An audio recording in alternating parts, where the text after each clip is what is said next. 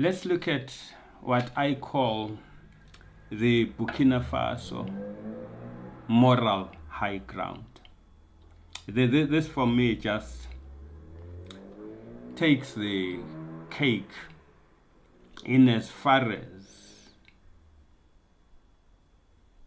the consistency of Burkina Faso, the ethical positioning of Burkina Faso, the diplomacy of Burkina Faso, the respect of sovereignty by the Burkinabes, regardless of what's happening and where it is happening.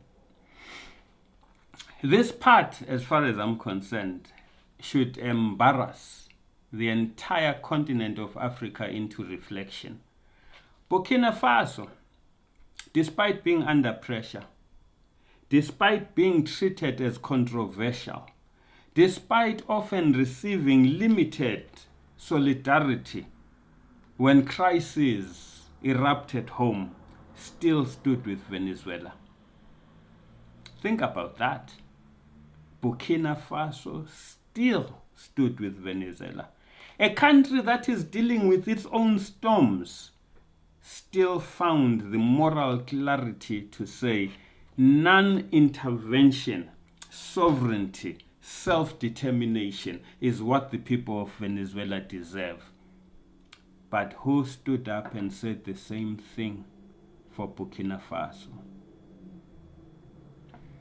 That for me is serious moral high ground. It says, even if the world is silent on our pain, even if the world is silent on our plight, we will not be silent on the pain of others, because pain is pain. Even if the world is silent on the violation of our sovereignty, we will not be silent where sovereignty is violated abroad or anywhere else. The question becomes heavier.